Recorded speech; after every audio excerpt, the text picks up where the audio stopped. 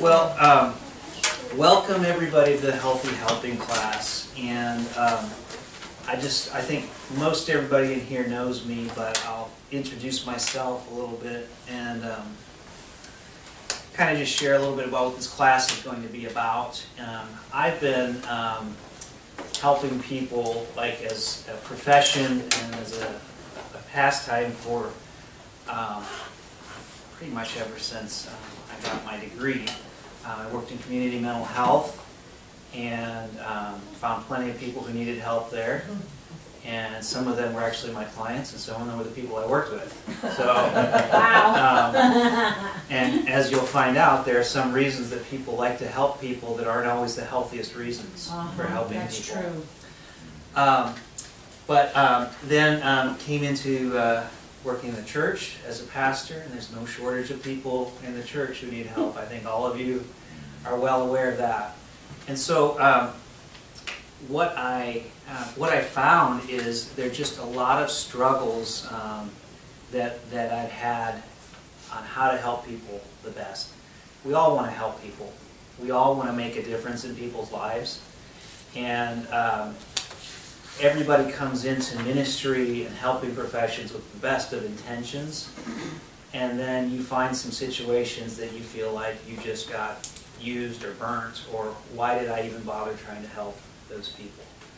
And so what we want is, we want people who still are energized by helping. We also want to actually help people. We, at the church where I was before this church, we had a family, a mother and son, adult son, that somehow they got wrapped into, and this was before I was even at the church, they got wrapped into paying the mother and son's house payment because they thought that it was benevolent, they cared about them, and yet all of a sudden the mother and son just started relying on this house payment that the church was paying every month. Oh dear. And I thought, I'd love to have somebody just pay my house payment. Wouldn't that be great? And they relied on it. And the people who were in charge of giving felt guilty trying to take it away because they just, if they took it away, they'd lose their house. And that'd be such a terrible thing.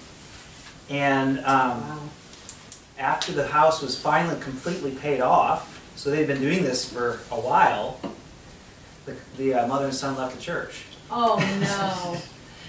And so it was not a healthy situation. Mm-hmm. Nobody, I think, in that situation left feeling healthy. Right. And so I've had a lot of experience learning how to do the wrong thing and learning things that are not helpful for people. And so I've discovered a few tools, and I'm still learning. Danny Silk, who I've really kind of immersed myself in a lot of his materials. He has a class that's called People Helping People. And I've gone over that course, and he puts together a lot of the different things that kind of help us kind of get the right frame of mind to where we're actually helping people improve and get better. And then also, and if we have time, I may be able to talk a little bit about, there's a woman named Ruby Payne who is very much the expert on the differences in classes. And so poverty, is something out there? Oh, is it locked? Oh, we locked you out. Oh yeah, come on in. The mentality of poverty is very different than middle class, which is very different than wealth. And the class that you live in, you don't even realize some of the norms that you live in. And so a person in poverty will see things in ways that may surprise you and frustrate you if you don't have a poverty background. And they may spend money on things that you wouldn't spend money on, and surprise and shock you because they have a different set of values, a different culture. And so we'll see if we can get a little time to that. But I'd love to hear a little bit from you in maybe 15 seconds or less. Tell me what you are hoping to get out of this class. What's the reason that brought you here today? And I'm just gonna, if you don't volunteer, I'm gonna start pointing at people. So, so what are some reasons you guys came for class tonight? Boundaries. Boundaries. That's a good. We will definitely get to boundaries. That is an important thing. And so, hey, come on in. Yeah, boundaries will be very key. We'll get a little bit in this class, but there's going to be more in the future on that. Anybody else? I find myself all the time just getting frustrated with people because I want them to change. And I'm Yes. push them to change. Yes. We want so much to see, like we can see what you're doing wrong. Why won't you just do it my way?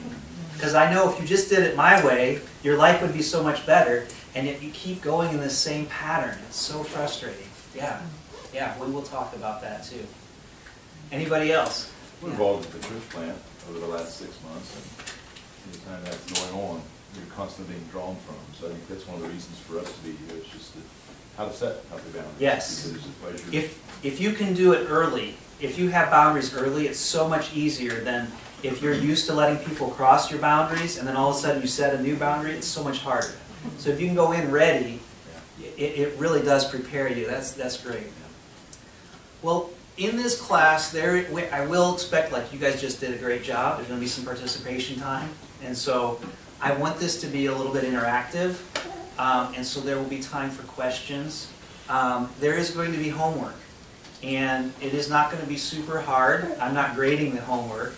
But it is things for you to do after the class is done. And the reason I want to do that is it will help you to kind of make this habit.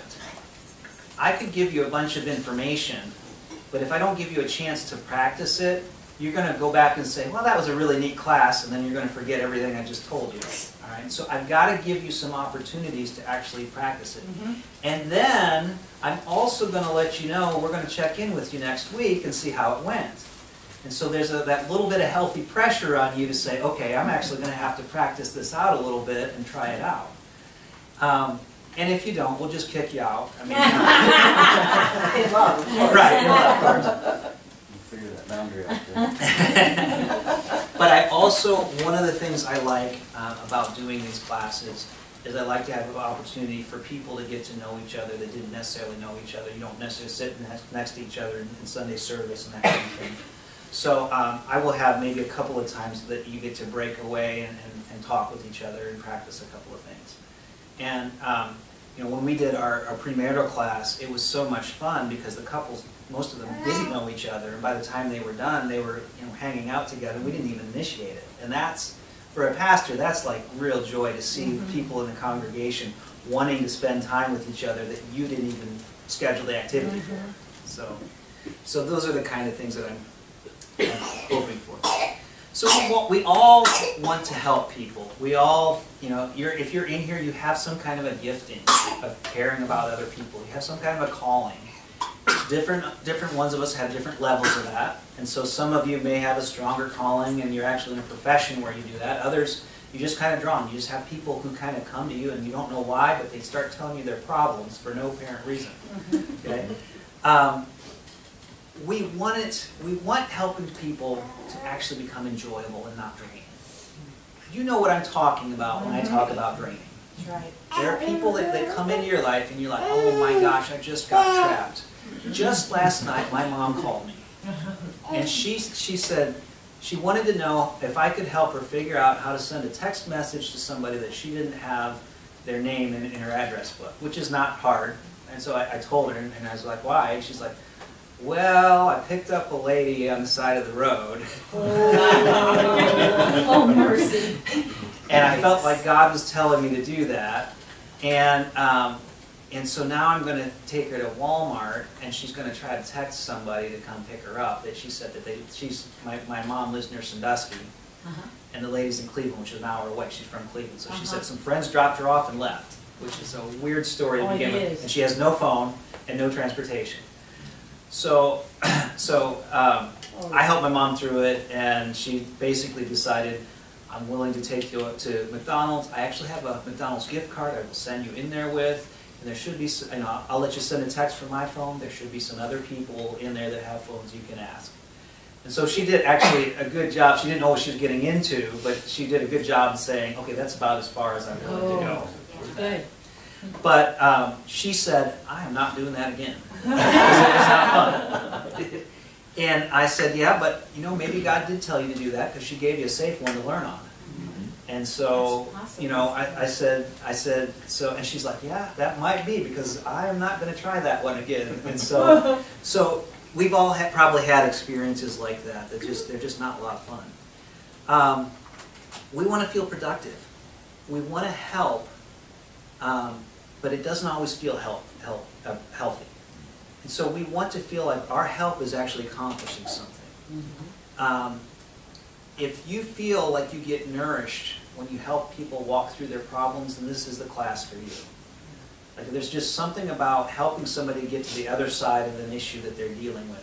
And I know it's a victory. When you're helping people walk through a rough time and they get to that other side and they're looking at you and they're saying, wow, I don't know if I could have done it without you helping me walk through that. That's why you do it. That's what it's all about. And so we want to create more opportunities for things like that to happen and fewer opportunities where you walk out feeling like, I don't know if I ever want to help anybody again. Because what often will happen is we'll either just decide I'm only going to help the people that I'm really close to and I'll just help my circle and I will never reach outside, or I'll just you know what, I'll just give away all my money. And then people ask me for help, and I don't have any, which is not what we want really. Helping people should energize you. That's the fill-in for that one. Getting stuck in powerless loops wears you out. Okay. Let me tell you a story about somebody that I helped that actually did energize me. I've said this only half jokingly. This may be the greatest thing I've ever done in ministry. There's a 50-year-old woman whose husband had a heart attack, and he had driven her everywhere for her whole life. She never got a driver's license. Now he's in the hospital, and she doesn't know how to drive. So for weeks, I worked with her on learning how to drive. She had his car. And it was a little scary at first because she would drive into snowbanks and and it took her about, I can't remember how many times you're allowed to fail maneuverability and before they have you take it over, but she got to her limit and then passed on the very last one. But by the end, she was able to do something that she couldn't do before. And nothing could take that away from me or from her. And I felt like what I gave her was something that was going to last. Right. I didn't just throw some money in her direction. I helped her learn how to drive, which is something just about a year ago her husband passed away. And now she's not helpless. She still goes to work. She still takes care of those things. Wonderful. And I feel like I was able to be somebody in her life that was able to make it better. Yes. And those are the kinds of things that I'm looking for and like that I want to be able to help other people. And if it's not going to help somebody, I at least appreciate people being honest with me. I appreciate honesty. When we were at the Reds game this past year, there's this guy walking around with this sign that says, I'm not going to lie, I'm going to spend the money you give me on beer. And it was so refreshing. People were giving him money left and right because they thought, at least this guy's honest. Because you never know when you're giving somebody where it's going to go. But they thought, oh my gosh, I'm going to give that guy money. And it was almost like people just appreciated the honesty. That's right. That's funny. Congratulations, profits are rising. Invest in Jesus. We help all, but we invest more in some people. As Christians, we want to help as many people. Hey, John. Hey, sorry. No problem. So we want to make sure that what we're doing is actually helping people. And so there's some things that that I ask myself as I'm thinking about helping people. One of those is the reward worth the risk? Okay. So if I'm going to risk $1,000 on somebody, is it going to change their life, or are they just going to blow it? We've all heard the stories of people who came into a bunch of money and ended up the same or if not worse. And so I want to be thinking about that. The other thing is, how dire is the need? When I was, I drive Uber and Lyft in my off time, and it's a great way to meet different people. And then, you meet people in all different walks of life. Mm-hmm. And there was a lady who was, I believe she was diabetic, and she was discharged from the hospital. And for some reason, the hospital had not given her anything to eat. That's not good for a diabetic. No. And so, I don't know the situation. There's probably a lot more to the story that I didn't know. But she was in dire need. I had to drop her off. She had no money. And I looked down and inside, I had packed a peanut butter sandwich with me. And I said, you know what, I don't have much, but here you go. I didn't have to stop and evaluate for a long time what's the investment in this. It cost me one peanut butter sandwich, and if she was ripping me off, I'm out one peanut butter sandwich. Not a big deal, okay? And so there are certain times, certain opportunities that the risk, you don't know what the risk is, but it's not that high of a risk. You don't know what the reward is going to be. But that could have changed her life. That could have saved her life. I don't know. But I'm willing to risk that. I'm willing to put that out there because the risk is not so high, and the reward, could have saved her life. The other thing is it likely to improve? So if I help somebody, am I enabling a cycle that they're in, that they're constantly asking for money, and I become their ATM? Or is it actually helping them improve? Is it investing in their lives? Do I have vision to see their life get better because of the help that I'm giving? And then, how well do I know the person that I'm helping? If I know them, if they're family, if Angie needs help, there is no limit to what I'm going to do to help her. We'll talk more about that in a future session. But she could ask me for pretty much anything, and I'm not evaluating whether she's going to waste it or not. I know her. Okay? But if somebody I just met on the street, I'm less likely to do that because I don't know them as well. I just don't know where that's going, and I don't feel the weight of responsibility on it. I don't have the connection with that. And then lastly is the tug of the Lord. Is there the tug of the Lord on this? If the Lord is tugging on my heart, that's the first thing I need to look at. Now I need to learn to differentiate the tug of the Lord and guilt. Okay? So I can feel guilty about something. That's not the tug of the Lord. That's my own issue that I need to deal with. But if the Lord's tugging on it, the Lord's saying, I want you to give to this person, this situation, then it's up to you to do that. We're first obedient to Him. And even if I make a mistake, if I'm sensing the Lord, He's going to honor that. He's going to say, you know what, that wasn't me, you misheard, but guess what, you were trying to hear me, and so bless you, my son. Good job. So what I want to do is take a minute, and maybe we can go by rows or something like that. I'm going to let you guys discuss together. I want you to think of situations that you've been in that were uncomfortable trying to help people. And this is a chance for you to kind of get to know each other. So you can turn around, but try to talk to people, get into groups of 3, 4, something like that. Try to talk to people that that aren't necessarily didn't come with you. You can have one person with you, but make sure that it's not only the person that came with you. And 1 or 2 of you share a situation that was uncomfortable when you were trying to help somebody. All right, go ahead. I'll give you about 5 minutes to do that. Anywhere we're going in this, to get to talk about this, is we need to talk about codependency. Codependency is when one person enables the unhealthy behavior of another. And you don't have to do that intentionally. You can just be afraid. You can just feel guilty. There are a lot of reasons you can get codependent with people. But codependency is basically saying, I'm going to worry about your problem more than you do. Or I'm going to work harder to fix your problem than you do. Or I'm going to pretend like you don't have a problem when it's obvious that you do.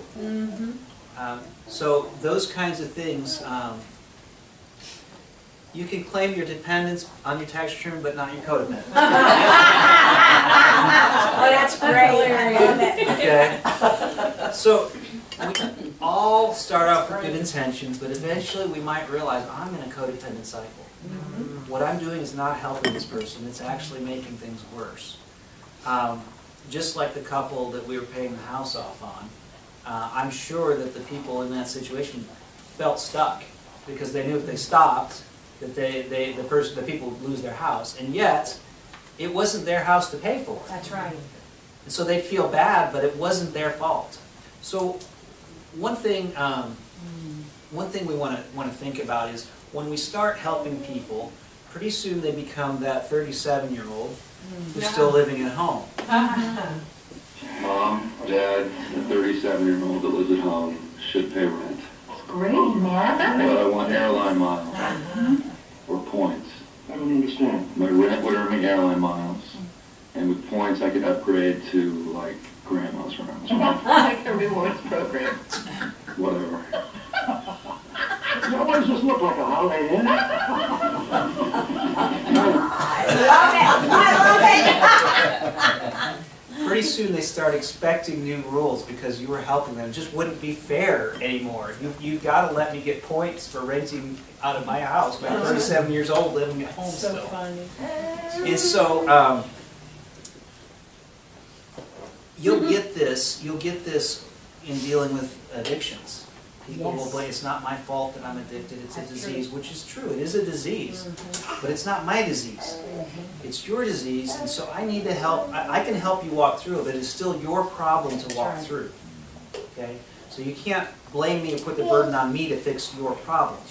I feel bad about that being a disease that you're dealing with, and I understand that is an issue, but it is still your issue. So I'm here to help you walk through your issue, but I'm not going to own your issue. In relationships, you know, my wife's leaving me, and I can't believe that she would do this. She's like this. She does this, this, and this. Okay, but what about all that you've been doing? You know, all that you're saying.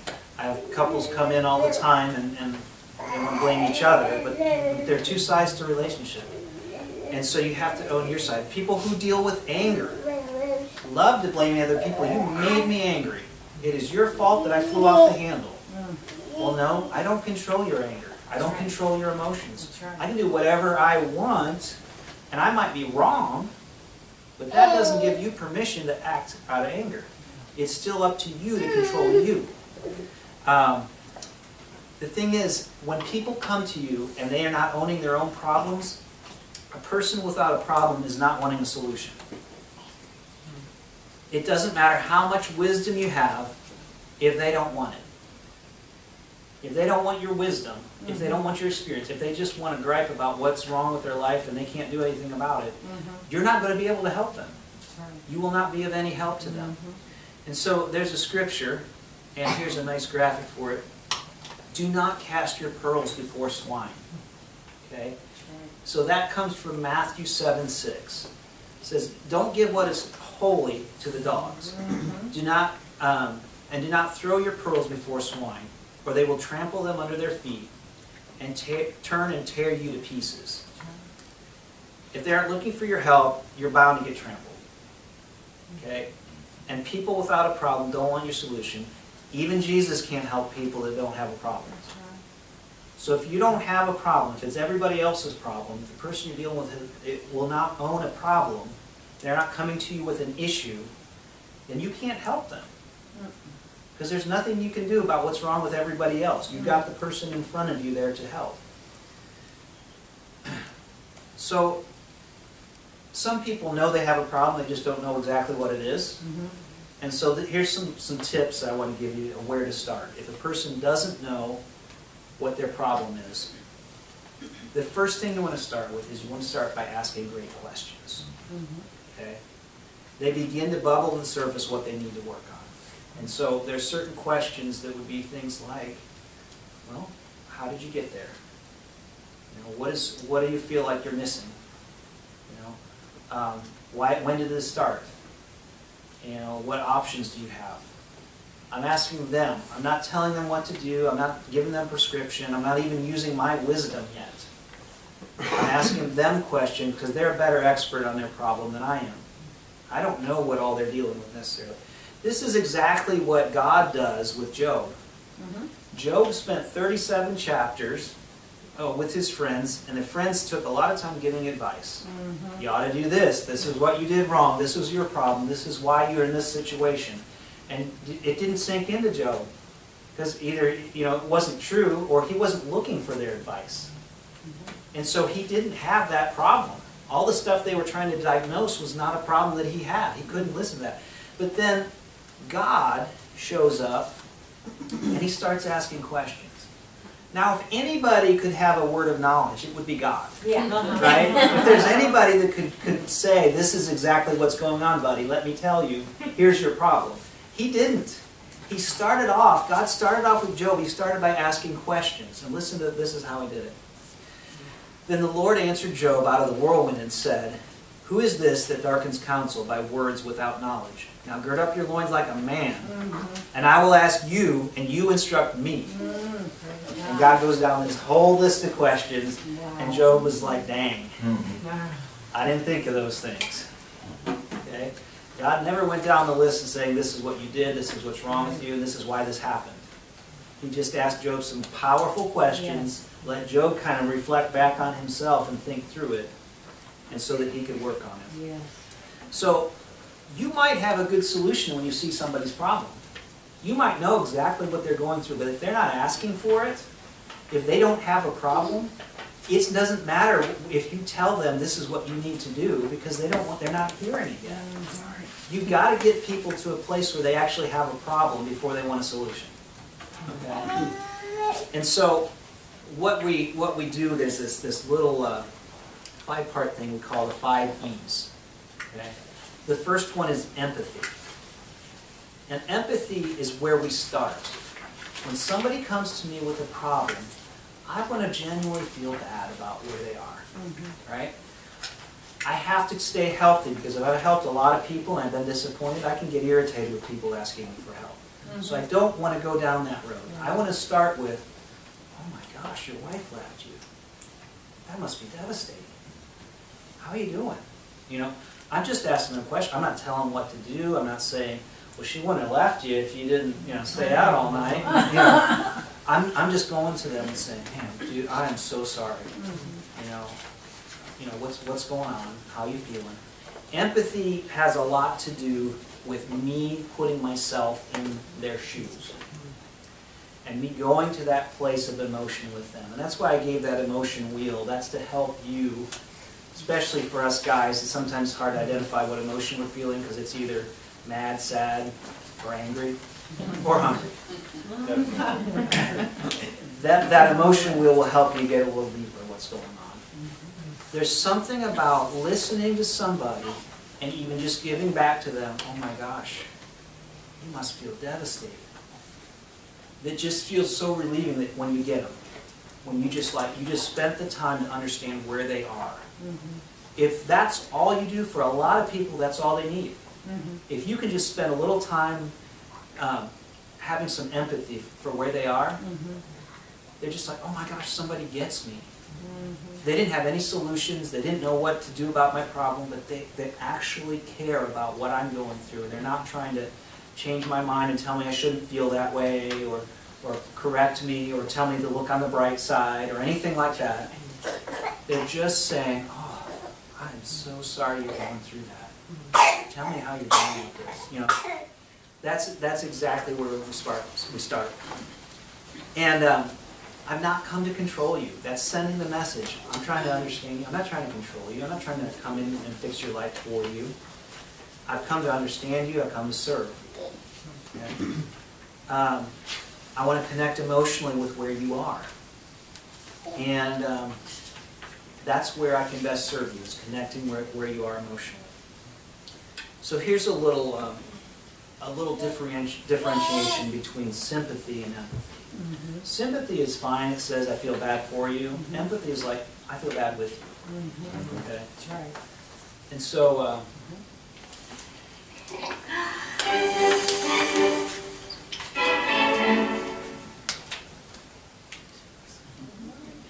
So what is empathy, and why is it very different than sympathy? Empathy fuels connection. Sympathy drives disconnection. Empathy, it's very interesting. Teresa Wiseman is a nursing scholar who studied professions, very diverse professions where empathy is relevant, and came up with 4 qualities of empathy. Perspective taking, the ability to take the perspective of another person or recognize their perspective as their truth. Staying out of judgment, Not easy when you enjoy it as much as most of us do. Recognizing emotion in other people and then communicating that. Empathy is feeling with people. And to me, I always think of empathy as this kind of sacred space when someone's kind of in a deep hole and they shout out from the bottom and they say, I'm stuck, it's dark, I'm overwhelmed. And then we look and we say, hey, you climb down. I know what it's like down here, and you're not alone. Sympathy is, ooh, it's bad, no, you want a sandwich? Empathy is a choice, and it's a vulnerable choice, because in order to connect with you, I have to connect with something in myself that knows that feeling. Rarely, if ever, does an empathic response begin with at least. I had it, yeah. And we do it all the time. Because you know what? Someone just shared something with us that's incredibly painful, and we're trying to silver lining it. I don't think that's a verb, but I'm using it as one.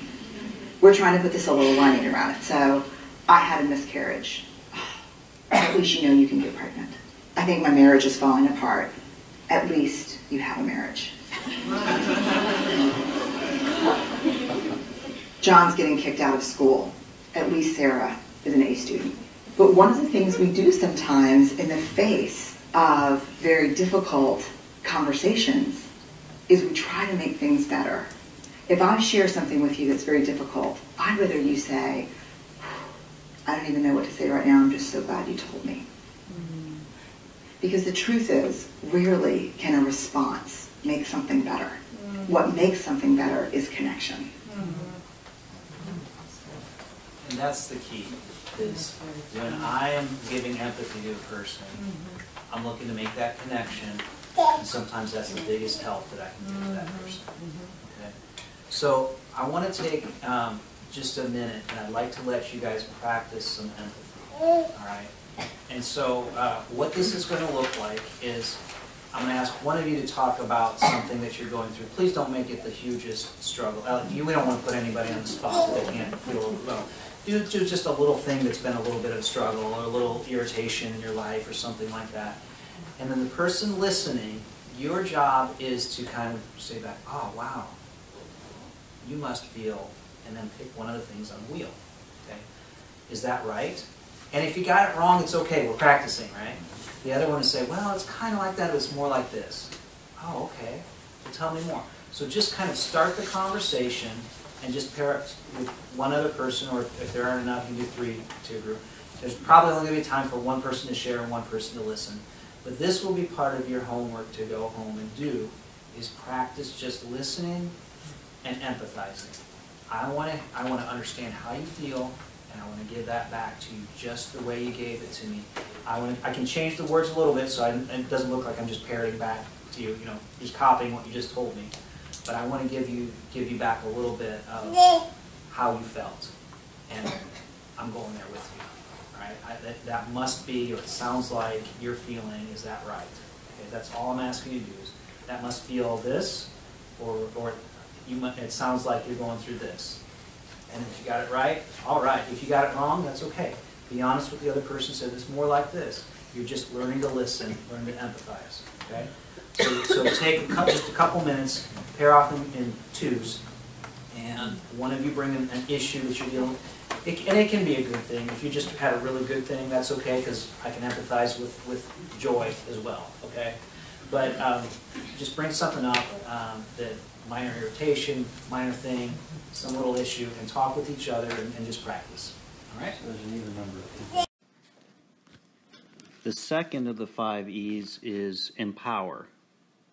I want you to realize that you have what you need to solve this problem. I'm going to try to shift your perspective and ask you a powerful question, because I want to communicate that you have the power and the ability to do something about your problem. So my next question as I empower people is, what are you going to do?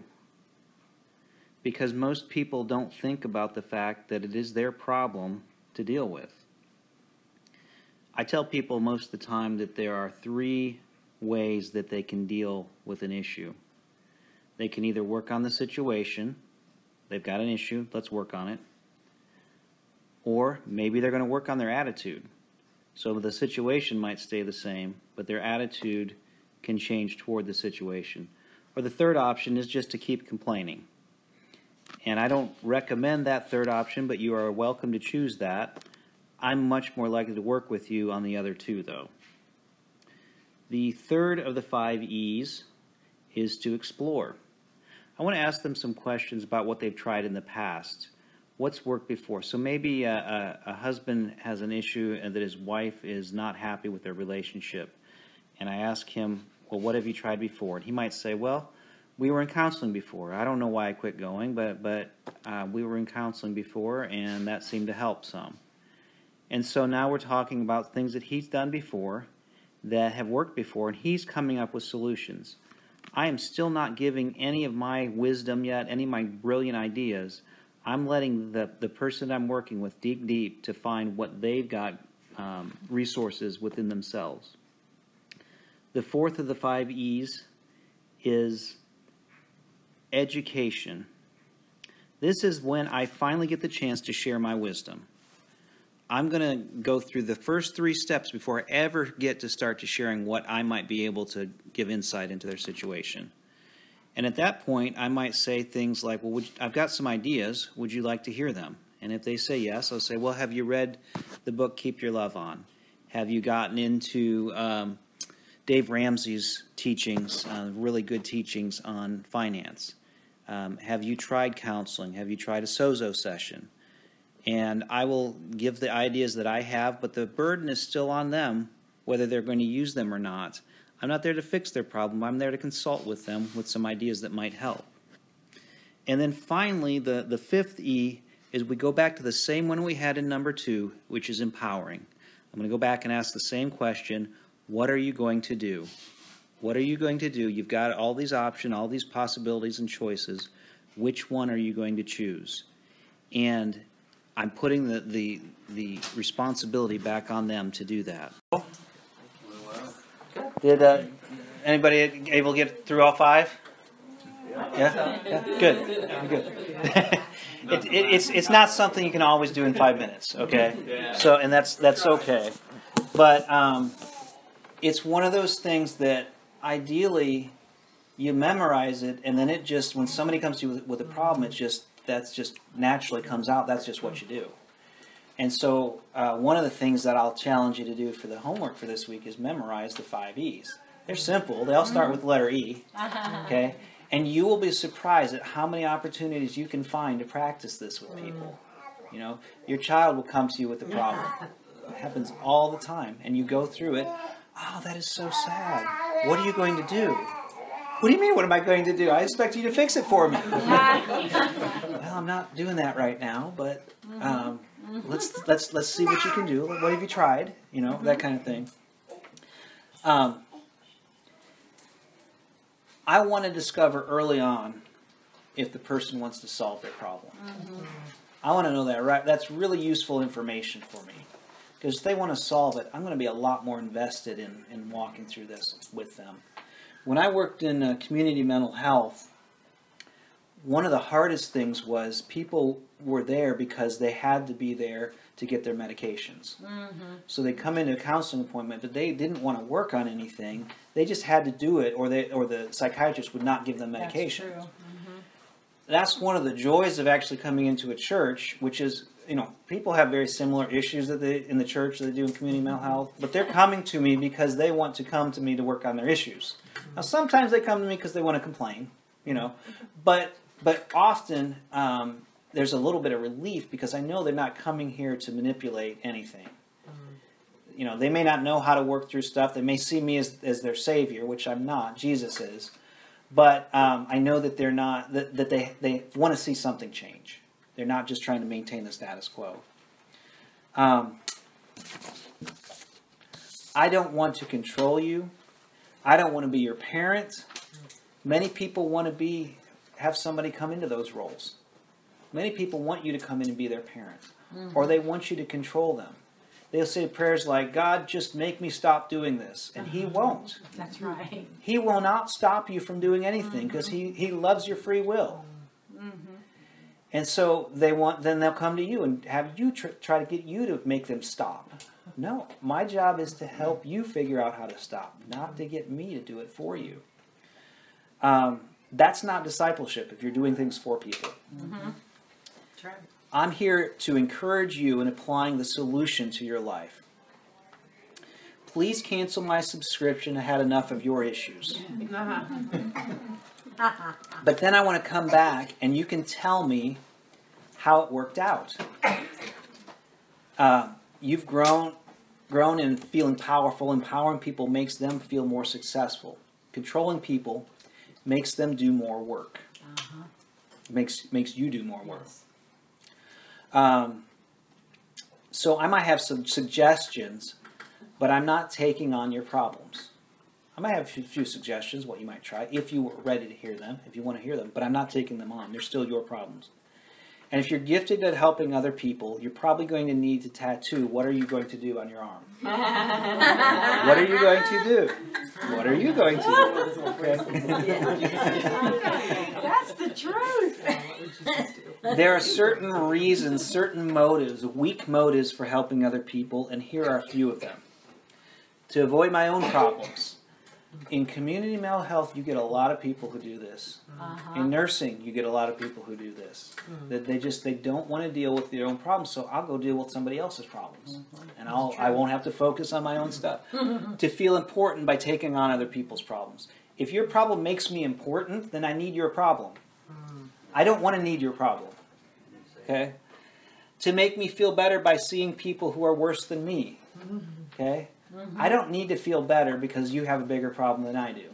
All right? I might be grateful I don't have your problem, but I don't want to get addicted to your problems. I need people to need me. If I'm filling a need because I need somebody to need me, I'm more likely to keep that need going in them. Okay? I don't want that. I want to see them grow. I want to see them to get to the point where they don't need me. That's right. Where I don't have to be helping them through this, and they're actually thanking me for what I've done in the past, but they're now doing their own thing, helping other people in the future. Right. That's what I want. Guilt. I've gotten stuck in that one before. Like, well, good Christian would help them. Good Christian would do this. And people, the people will do that. They'll say, will you call yourself a Christian? If you haven't heard that one, you probably will. Yes. Yes, we've heard it. And I do call myself a Christian. And maybe I made a mistake. Maybe I'm still a little broken, but I'm not helping with that one. Yeah. And I don't want to be motivated by guilt. I want to be a cheerful giver. So when I give, I want to feel good about it. If I don't feel good about it, I'm not going to do it. I don't want to do it. And guilt should not change that. Here's some strong motives for helping other people. I like to see others get free and become powerful. Amen. If that's you, then you're going to be able to help some people. Okay? I want to use my gifts to help others discover their gifts. You don't have to pretend like you don't have gifts. God has gifted you. And that is okay. That's a good thing. And you just don't want to use those gifts to get other people so they don't, so they worship you instead of God. That's right. Compassion. It is okay to feel compassion. I care about what people are going through. There are some people I will help that I know they're stuck in a poverty lifestyle, and I'm probably just throwing an ice cube on a blazing fire. But you know what? I just feel compassion right now, and I'm going to help this person. And it's probably not going to transform their life, but I felt the prompting of the Spirit, and I'm going to do this little thing right now. And that's the fourth one, which is the prompting of the Holy Spirit. If the Holy Spirit is prompting you, even if it seems a little weird, depending on how high the risk is, you want to make sure he's speaking really loud. Okay? But if it seems a little strange and it's not going to, it's not going to put you in danger, take the risk. See what he does. Maybe it's just a lesson for you. Maybe it won't, completely transform the world, but it might transform you. Okay? And be comfortable with that.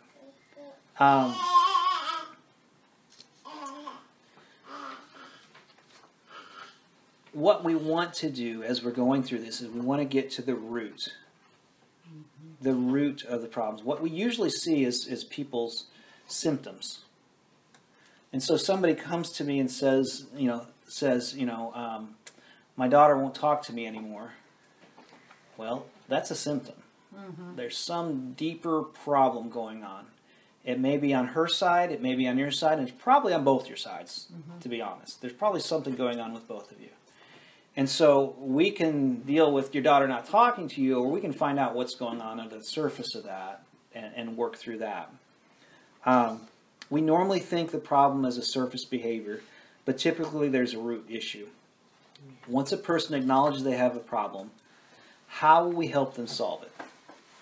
And we're helping them solve it. We're not solving it for them. The question is not how do we solve it for them. The question is how do we help them solve it? There's 3 steps to a solution. See, there are steps to a solution. I'll get to that in a second. But we were created for freedom. We were created to be free. Amen. Braveheart said it best. Think about the story, and I may have shared this up front, of Adam and Eve. God creates these 2 people, and they have no clothes on, and they don't care. Like they're completely free. They aren't even wearing underwear. I mean, they are just la out there, okay? And comfortable, and, in perfect harmony, communion with each other. And it's in paradise. I mean, it's this perfect place. And in the middle of paradise, God, in His wisdom, plants the potential for a bad choice right in the middle. Like he didn't put it up on Mount Everest where it'd be too cold for naked people to go. He didn't put it behind a thorn bush where naked people are not going to scoot down there. Okay, He put it right in the middle where they could make a bad choice. Oh no. Now, why would God, in His infinite wisdom, choose to put a bad choice right in the middle of the Garden of Eden? Well, it's because for Him, it's more important that we have freedom than that we don't sin. That matters to Him more that we have freedom than to make sure we don't sin, that we don't do something bad. He does not want to control us. Freedom is so important because if we are free, we can choose Him. If we have the potential to not choose Him, that means we can choose Him. And so that's why we have to make sure that as we're helping people, we acknowledge that they have freedom. I want them to know real and clear, I'm not here to control you. I'm not here to make you make a good choice. I'd love to see you make one, but I can't do it for you.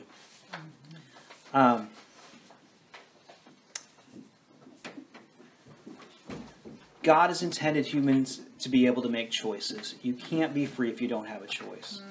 I'm keeping that in mind the whole time. I believe you're powerful and free. I don't decide what you do. I present choices and I watch you decide which choice you're going to make. Honoring people is a powerful piece of helping people. If I believe I can control a person, I won't honor them. It doesn't matter if they're your children, if they're employees. If I use anger when they won't let me control them, anger is not power. Anger is fake power. Anger, we don't actually control anyone with anger. When we choose to use anger, it ends up controlling us. I am choosing not to control myself is actually what's happening when I get angry. Because I'm not controlling you. I might scare you. You might do what I say because you're afraid. But most people, that only lasts so long. Pretty soon there'll be a revolution on your hands. And all that anger that you showed didn't work. It slowed them down for a while, but it built up strong enough. And human beings, we have a desire to be free. We have to be free. And eventually that's going to come out. Anger is fake power. You believe you control people. You're really trying to manipulate them. I can't honor you if I think I can control you. In honoring you, I'm trying to tap into your self-control. I actually want you to control you. That's what I'm trying to get to, is you stop making bad choices. You stop throwing away your money on stupid things. You stop yelling at your kids. You stop abusing your spouse. I'm trying to help you make those good choices. I'm not going to try to control you. I'm going to remind you that it's your job to control you. And as helpless and powerless as you may feel, I'm going to come back to that again and again. Your focus is on cultivating self-control in others. Jesus died to make us free again. Somehow we've lost self-control. Gaining self-control back is part of our freedom. When we are free, we're actually free to choose not to sin. As free as we are to sin, we're really more interested to be free indeed. When the Son has set us free, we're free indeed. That means I can choose to do the right thing too. Right. The spirit of self-control is more than discipline. I want to draw self-control of the service by honoring them and treating them like they're powerful. So these are the steps. When you're dealing with somebody who's coming to you with a problem that they messed up in life, they did something, they made a poor choice, here are the steps to cleaning up a problem that they created. First one is we're going to say, what is the problem? Now that may seem obvious to start with, but you'd be surprised at how many people don't know what their problem is. Okay? And so I've had a couple that's come to me, and they were engaged, but they got pregnant before they were married. And so my first question is to them is, oh wow, that's hard. I'm so, that's scary. What is the problem? And they're like, what do you mean? We're pregnant and we're not married. Yeah, I know, but what's the problem? That's the symptom. Okay? So you dig a little bit more, a little bit more. Did you think that was a good thing to do? Well, no, of course you didn't. Okay. And you guys believe in purity, right? Yeah, we do. All right, so you guys, I know you. You make good choices. You're pure. You walk in integrity. What would cause somebody who is pure and walks in integrity to make that choice? Well, now they're digging deep. They're doing some scuba diving. Why would I make that choice? Why would I choose to do that? I want to help them get to where their problem is, not what their symptom is. And so, maybe it's, I've never really worked on self-control in my life. I just always thought if I wanted it, I should be able to get it. Does that sound like something to work on? Yeah. All right. No, we found something to work on. Awesome. Let's work on that. Or I just feel so lonely, and I made that choice because that was the only thing I could think of that would relieve that loneliness in my life. Is that a problem? Yeah. So what do you say we work on you dealing with that loneliness instead of you just feeling ashamed about what you just did? Let's work on you dealing with that loneliness. Oh, well, now I got hope because it's no longer you. You're evil. You're terrible. It's you. That thing. That's my problem. Oh boy. I need to deal with that. And that's what I want to help people to get to is not shaming on themselves, but seeing, I got a problem here that's not me. I'm not the problem. This belief that I have is the problem. And I want to help them get through that. Wow. Let's see here. So yeah, the first step is cleaning up the problem. And like I said, if I can't find the problem, if they can't identify the problem, it's going to be, I'm not going to be able to help them. So you'll have these conversations, and it may just stay in the empathy stage, kind of like this. It's just, there's all this pressure, And sometimes it feels like it's right up on me, and I can just feel it, like literally feel it in my head, and it's relentless, and I don't know if it's going to stop. I mean, that's the thing that scares me the most, is that I don't know if it's ever going to stop.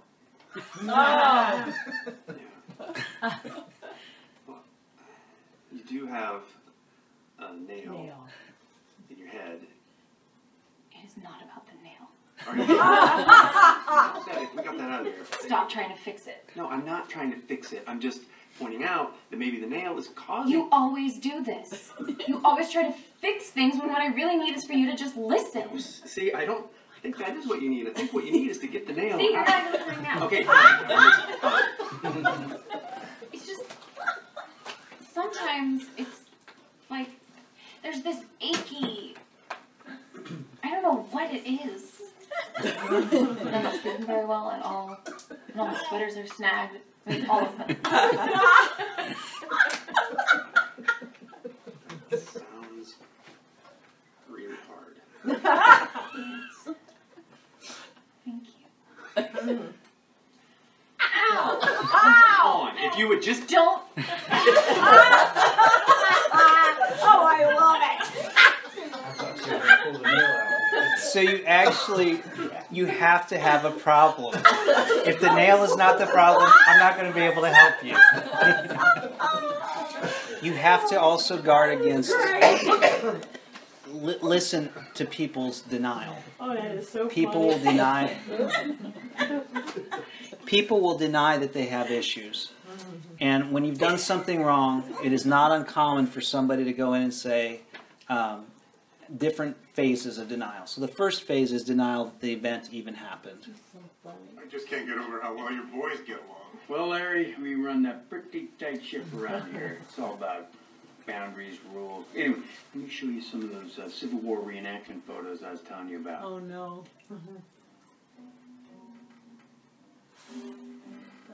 Oh, my God.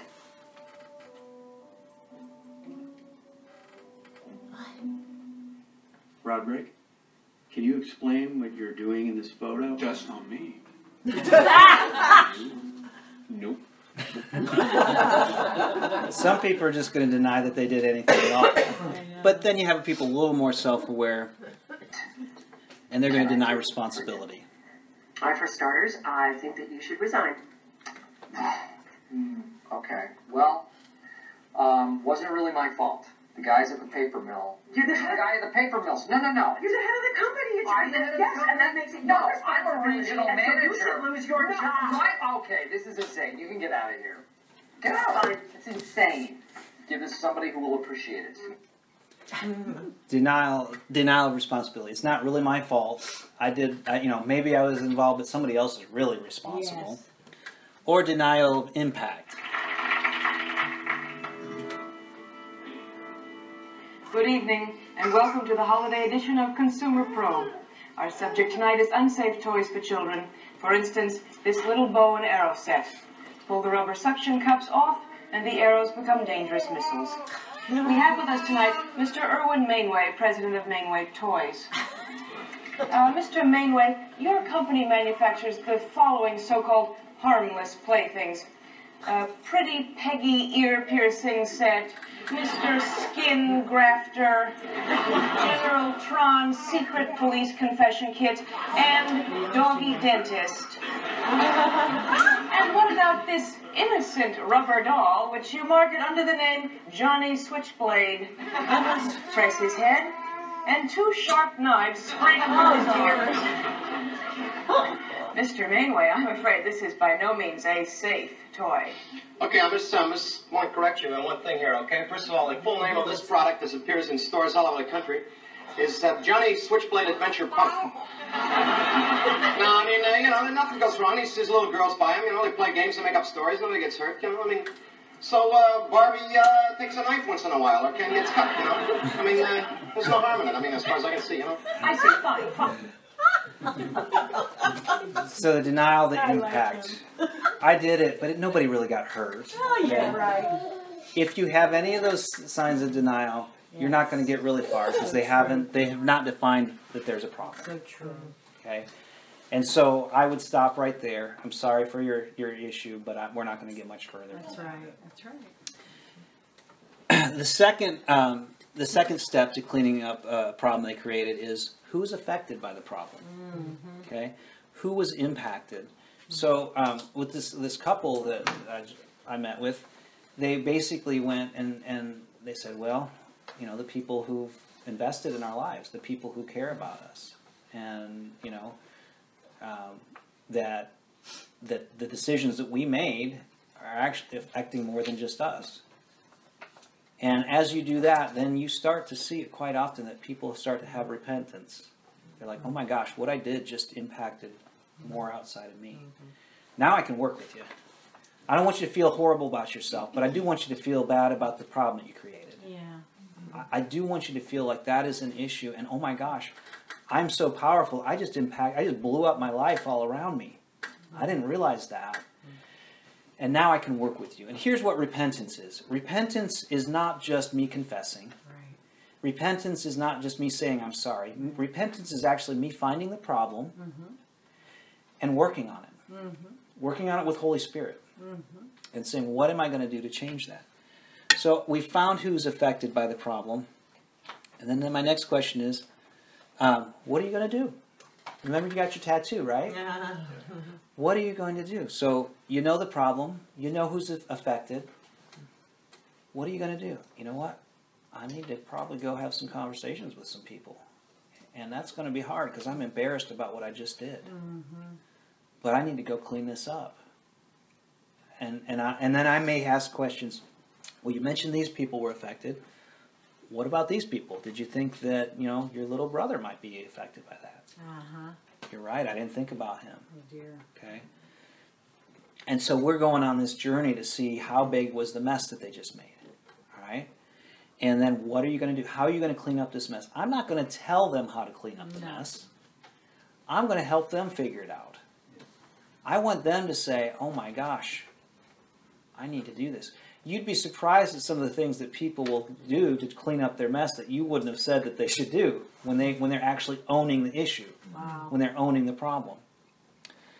And then the next step is, do you need any help cleaning this up? You came to me with the problem. Do you need my help to figure this out, or do you have other people that will help you? Sometimes that's all they need is just to figure out what to do. They don't really even need you. That's true. To help them walk through that problem. They just needed somebody to say, you are not the problem, the choice you made was the problem. And the reason that you made the choice is actually the real problem under it. So when they go back and they own the problem and say, I'm so sorry for what I did, and this is what the real problem is, and this is why I did it, and this is what I'm doing to fix that problem, they've got hope, and they may not need me to help walk any further than that. And I'm great with that. I don't need them to need me.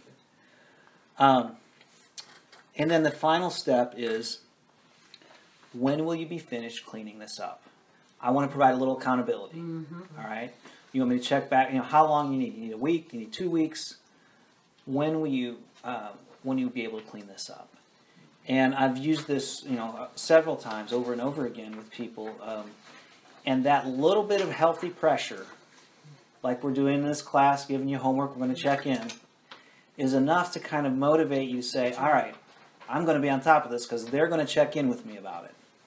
And that's all that I have to carry. My job is to ask good questions and be in touch with them. Now, if they don't follow through, if they don't go through with all of it, well, apparently they don't want to own the problem, and I can't do anything about that. Now, if it's in a situation where I'm leading them, I may have to set a boundary.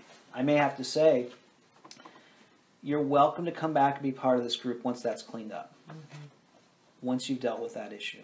I'm not punishing you. No. I'm not telling you that because you did this, you have to do this. I am saying there's a mess here, and as long as that mess is here, we're not going to have a healthy group. It's partly my job to make sure that my group stays protected, too. I need to make sure that they don't feel anxious and uneasy, and until that mess is cleaned up, they're going to have anxiety with you coming into the group. So...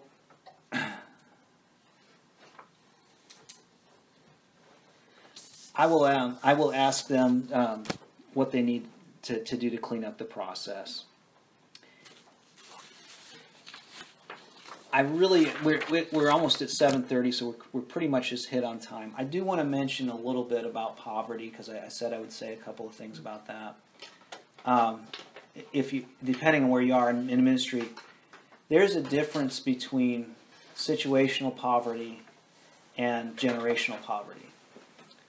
A person who's in situational poverty, anybody in here could be in situational poverty. One bad thing could happen in your life and you could just be stuck in a poverty situation. But generational poverty thinks differently. Okay? So this is not a broad statement. Some middle class think a little different. Some poverty think a little different. Some rich, wealth, think a little different. But in general, poverty is thinking for today. Because I don't know what's going to happen tomorrow. And so if I have money, I'm spending it now. Because I don't trust that I'll have, if I try to save, anything could happen. That's the poverty mindset. Anything could happen. Why would I save my money? Because tomorrow somebody could come rob me. Or some tragedy could happen. My car could break down. I have to spend it on the car. So I better enjoy it now. That's poverty mindset. That is not their fault that they have that mindset. That's the culture they grew up in. But it's not all. Neither is it okay to say, well, because that was your mindset, we're just going to let you go on with that too. Middle class mindset is all about how can we manage our money. Make sure that we got enough. If things are unstable here, we'll make sure that, okay, we're going to plan for the future and think about those kinds of things. And middle class is really kind of thinking about, all right, we've got this much money, but I believe I have enough power to manage my life and live a good life right now. If I do things right, if I play my cards right, I'll have a good life right now. Wealth mindset is, how can I build a legacy? How can I use my money to benefit the world? How can I use my money to benefit generations after me and set my lineage up so that they have something that those before me never had? That's the wealth mindset. And so as we're doing this, we have to keep in mind, if you're dealing with somebody who's in a poverty mindset, just because you help them once is not going to pull them out of that mindset. There's a lot more that's going to need to happen. And you can be a link in that chain, but we tend the circles that we're in tend to pull us back down into the culture that we're in. So me being in middle class culture, if I start getting wealth, if I start hobnobbing in wealthy circles, what will happen is people don't even realize I'm doing it. Like, oh, you think you're too good for us now? You think you're way ahead of us now? And that happens in poverty too. When they start pulling out of poverty and going into middle class, all of their relationships, all of their friends start feeling like they need to reject them. And so you're asking somebody who's in poverty to give up all of their relationships, all of their friendships, because you want them to be in your culture. And that will work if you can create relationships and friendships within the culture you're trying to get into. But it won't work if you just say, this is better, good luck. Okay? And so it comes down to relationships. And what they found is, at least for a time, anybody who is going to shift from one culture to another, whether it be from poverty to middle class or from middle class to wealth, at least for a time they have to sever relationships so that they can get acclimated to the rules of the new culture. And that's a big thing to ask. Yes. That would be hard for me to do if I want to jump into the wealth culture. I mean, think about how it would feel. I'm pretty sure there's no billionaires in here. Think about how it would feel, though, if you were invited to a dinner in a room with 50 billionaires and you're the only one that's not. You wouldn't know the rules. It would feel really awkward. That's the same thing with somebody in poverty coming into middle class. Okay? They don't understand the rules of middle class, and it's not their fault, but you're still not going to excuse it. All right? So that's just a little nugget to chew on for next time. I'm going to give you your homework.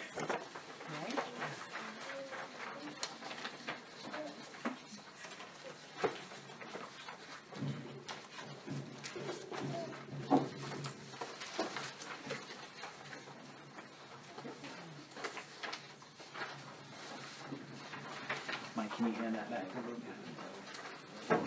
Feels like it's 2 years just So there are several things on here.